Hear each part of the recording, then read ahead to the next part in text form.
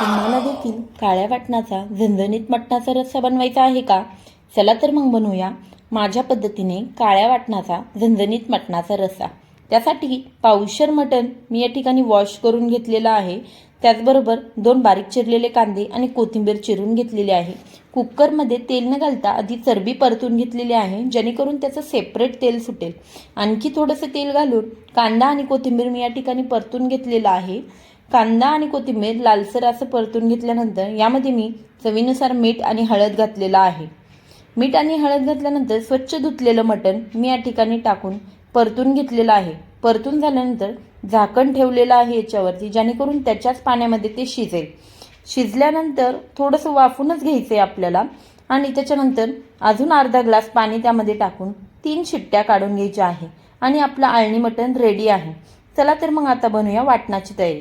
वाटणाच्या तयारीसाठी या ठिकाणी मी घेतलेला आहे कांदा, खोबरं, आलं, लसूण, कोथिंबीर आणि थोडेसे पांढरे तीळ या ठिकाणी खरपूस भाजून घेऊन त्याची पेस्ट केलेली आहे। खोबरं जे आहे ते थोडंसं तुम्हाला काळपटच ठेवायचं आहे, जेणेकरून मसाला आपला काळसर होईल।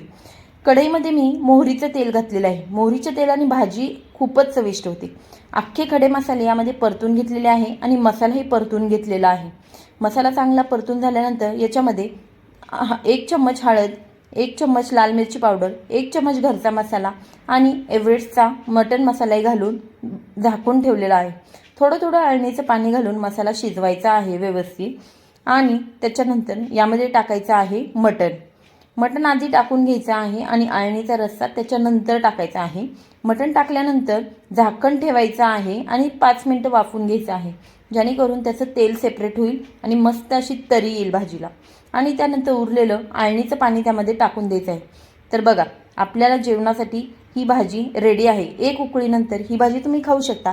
व्हिडिओ आवडली असेल तर नक्की लाईक करा आणि चॅनलला